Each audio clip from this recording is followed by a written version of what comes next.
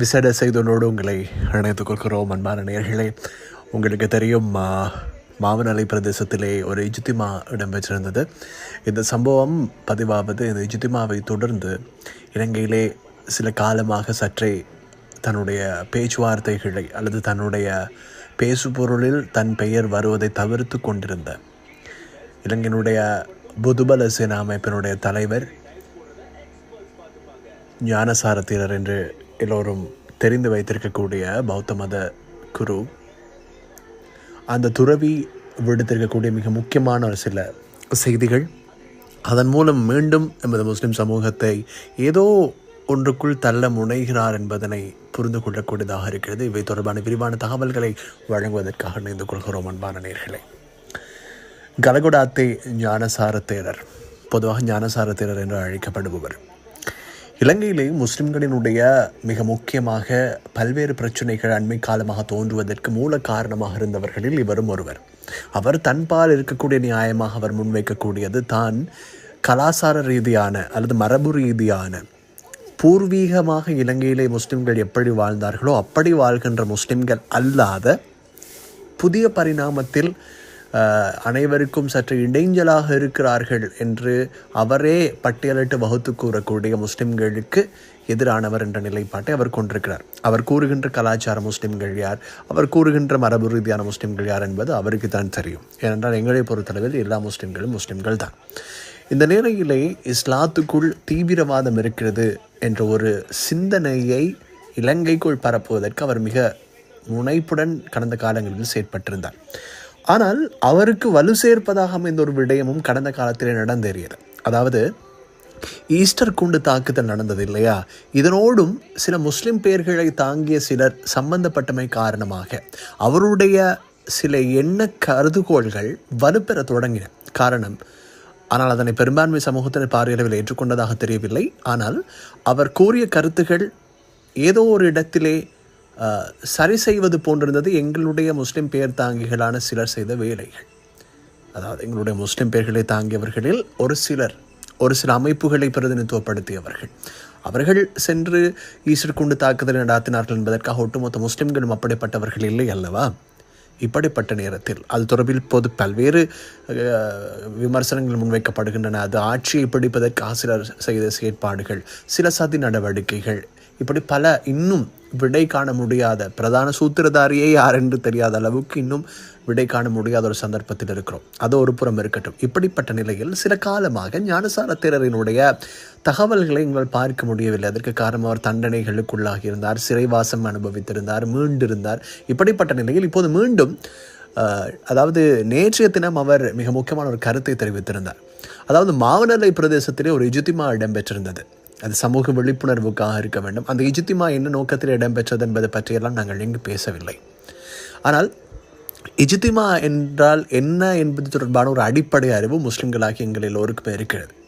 அவர் என்ன குறிப்பிட்டிருந்தார் என்றால், முதலில் அவர் கூறிய விடயங்களை கூறிவிட்டு அவர் என்ன கூற வருகிறார் என்பதனை பார்க்கலாம். முழுமையாக அந்த காணொலி பார்வையிடுங்களே.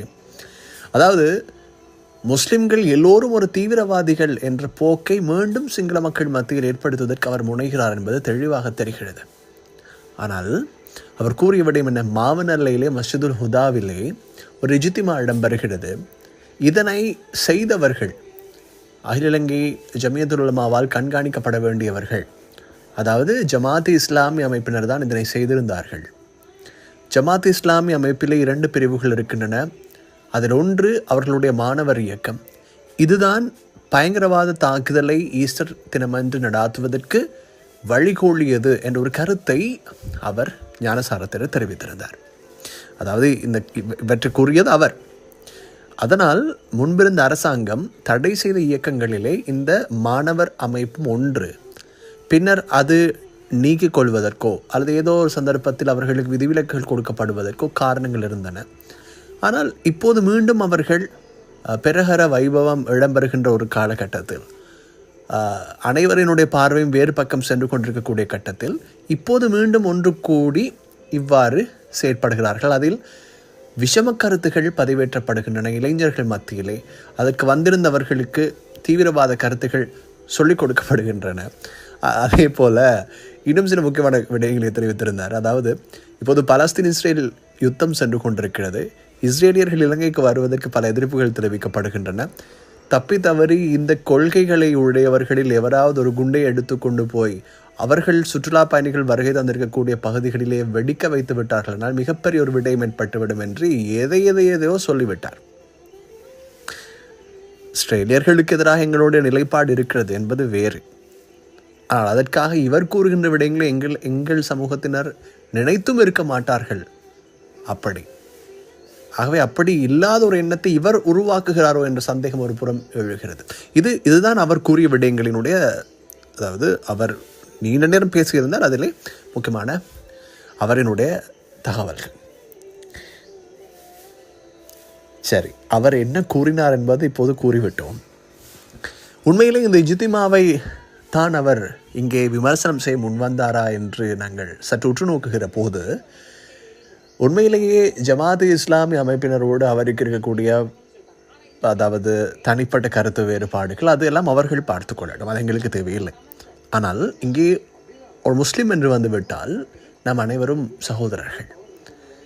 சிலரினுடைய தெளிவு குறைபாடுகள், சிலரினுடைய புரிந்து கொள்கின்ற விதத்தில் இருக்கக்கூடிய வேறுபாடுகள் காரணமாக பல கருத்துகள் வேறுபாடுகள் ஏற்படலாம், அது வேறு. ஆனால் இங்கே ஒரு விடயத்தினை நாங்கள் கவனிக்க வேண்டியிருக்கிறது. அதாவது இந்த நேரத்தில் ஏற்கனவே நடந்தேறிய சில விடயங்களை ஊகித்து இதனோடு சம்பந்தப்படுத்தி இவர் என்ன கூற முனைகிறார் என்பதனை எங்கள் புலப்படுத்தி கொள்ளக்கூடியதாக இருக்கிறது. அதாவது இப்போது பலஸ்தீன் இஸ்ரேல் போர் இடம்பெற்று கொண்டிருக்கிறது. இலங்கையிலே இஸ்ரேலிய சட்டவிரோத வருகையை தருகிறவர்கள், சுற்றுலா பயணிகளாக வருகின்றவர்கள் இங்கே வியாபாரத்தில் ஈடுபடுகிறார்கள். அதற்கு பின்னணியில் மிக முக்கியமான சில விடயங்கள் இருக்கின்றன. இவை பற்றியெல்லாம் நாங்கள் ஆரம்ப காலத்திலிருந்தே தெளிவுபடுத்தி இருக்கிறோம். ஆனால் இந்த நேரத்தில் ஏன் தெளிவுபடுத்துகிறோம் என்றால், ஞானசார தேரர் கூறுகின்ற கருத்துக்களுக்கும் இதற்கும் என்ன சம்பந்தம் உருவாக்கப்படுகிறது என்பதனை உங்களுக்கு விளக்குவதற்காக.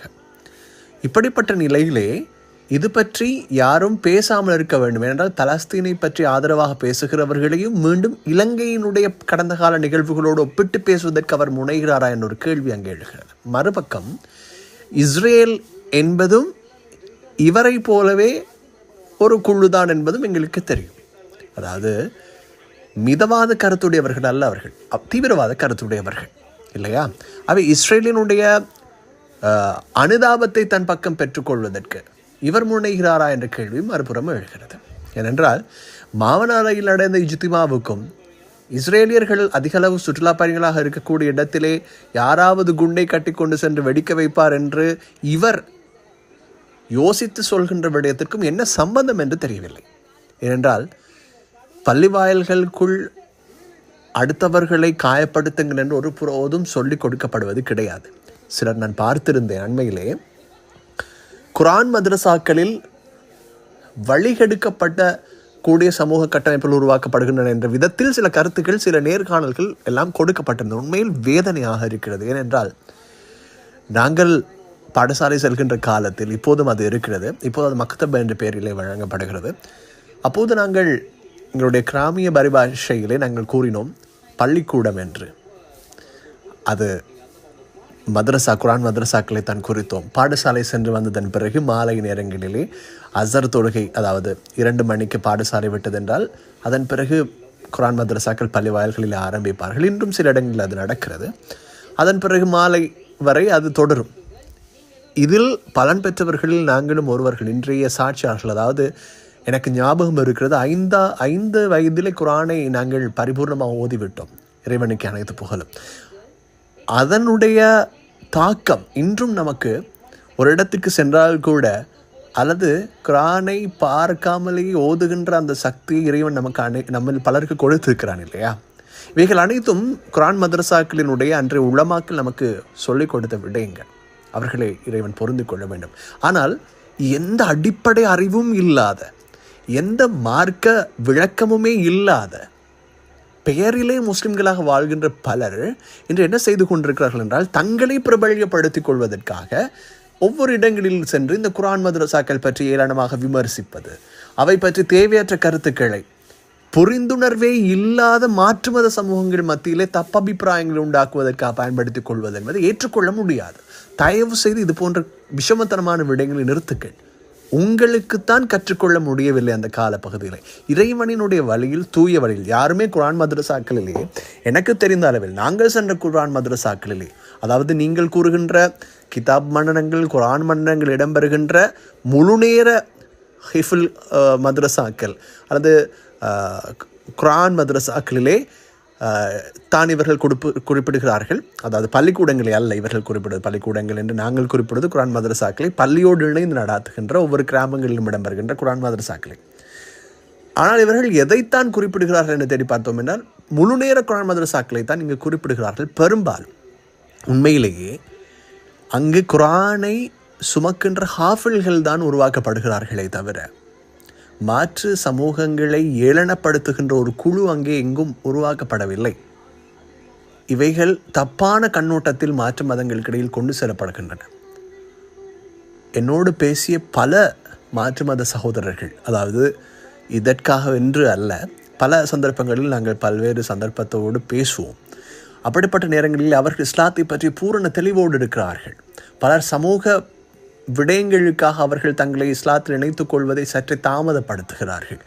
பலருக்கு அவர்களாக தேடி கற்றுக்கொண்ட இஸ்லாமிய ஆசை அவர்களிடம் இருக்கிறது. இவன் அவர்களுக்கு நல்ல ஹிதாயத்தை கொடுக்க வேண்டும், நேர்வழியில் செலுத்த வேண்டும் என்ற பிரார்த்தனைகளை எங்களால் செய்து கொண்டு தான் இருக்கிறோம். ஆனால் இங்கே ஒரு விடயம், அவர்களே அப்படி ஆர்வத்தோடு கற்றுக்கொள்கின்ற போது மரபு வழியாக இஸ்லாத்திற்குள் தொடர்ந்து இருக்கக்கூடியவர்கள் ஏன் இப்படி செய்கிறார்கள் என்கின்ற போது அது சிந்திக்கவே அருவருக்கத்தக்க விடயமாக இருக்கிறது.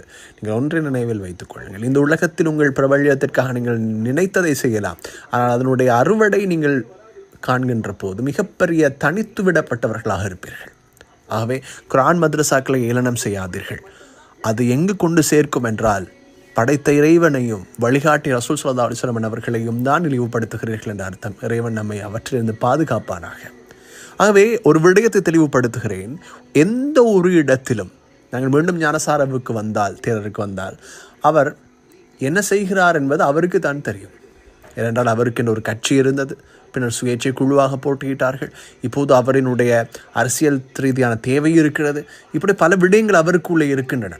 அவர் அந்த ஊடக சந்திப்பில் கூட குறிப்பிட்டிருந்த இந்த அரசாங்கம் இருந்தால் என்ன, இல்லாவிட்டால் என்ன, அது எங்களுக்கு பிரச்சனை இல்லை என்று அந்த வார்த்தையிலிருந்து தெளிவாகிறது என்ன என்றால், மீண்டும் ஒரு சதி நடவடிக்கையை சமூகத்திற்குள் உண்டு பண்ணுவதற்கு, இன நல்லிணக்கத்தை தகர்ப்பதற்கு, இனங்களிடையே புரிந்துணர்வை இல்லாமல் செய்வதற்கு ஏதோ அவர்கள், ஏனென்றால் இவைகள் இல்லாமல் போனால் அவர்களுக்கு வியாபாரம் இல்லை, அதை செய்தால்தான் அவர்களுக்கு வருமானம்.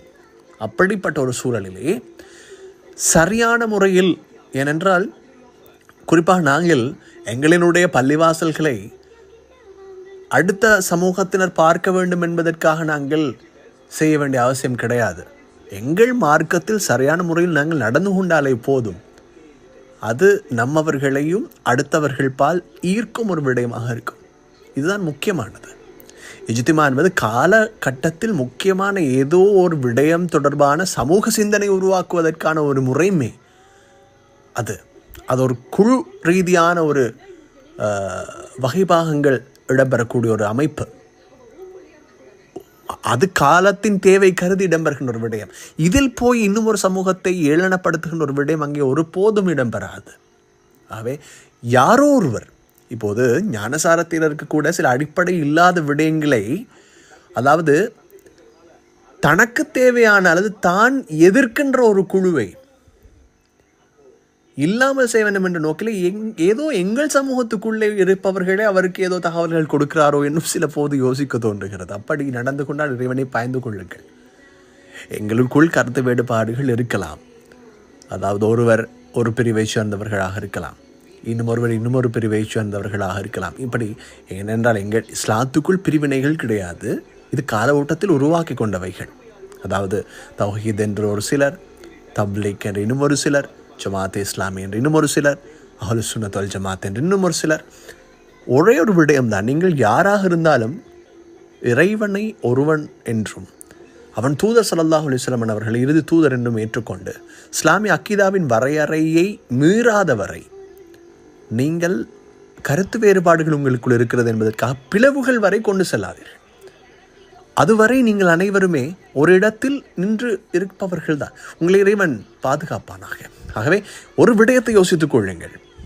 உங்களுக்குள் பிடிக்காத குழு இருக்கிறது என்பதற்காக அவர்களை பிரித்து இன்னும் ஒருவர் கையில் கொடுத்து இஸ்லாத்தினுடைய புனிதத்துவத்தை கெடுப்பதற்கு யாரும் விளையாதீர்கள் என்பதனை அன்போடு ஞாபகப்படுத்திக் கொள்கிறோம். ஆகவே மிக அவதானமாக இருங்கள். ஏதோ ஒன்று இடம்பெறுகிறது, அது எது என்பது புலப்படுகின்ற நேரம் வரை பொறுத்திருக்காமல் அவதானமாக இருங்கள். அதற்காக எல்லோரையும் தவறான கண் கொண்டு பாருங்கள் என்று சொல்வது அல்ல, ஆனால் ஆழமான பார்வையோடு இருங்கள். எந்த இடத்திலும் எந்த ஒரு சிறிய துர்ச்சம்பவமும் இடம்பெற்றுவிடக் கூடாது என்பதில் கரிசனையாக இருங்கள். எமது மார்க்கம் சாந்தியும் சமாதானமும் பரப்புகின்ற ஒரு மார்க்கமை தவிர யாரையும் இழிவுபடுத்தும் நோக்கத்திலோ அல்லது அவர்கள் சாராதவர்களை ஏளன கண் கொண்டு பார்வையிடுவதற்கான ஒரு வழிகாட்டல் இதில் கிடையாது என்பதனையும் அன்போடு ஞாபகப்படுத்திக் கொள்கிறோம். நீங்கள் முஸ்லிமாக இருங்கள், உண்மையான விசுவாசிகளாக இருங்கள், அடுத்தவர்கள் உங்களை பின்தொடர்வார்கள். இதுதான் இறை வழியில் அச்சத்தோடு பயணிக்கின்ற ஒவ்வொருவரும் செய்ய வேண்டிய ஒரு விடயம். தொடர்ந்து இணைந்திருங்கள் அன்பான நேயர்களே.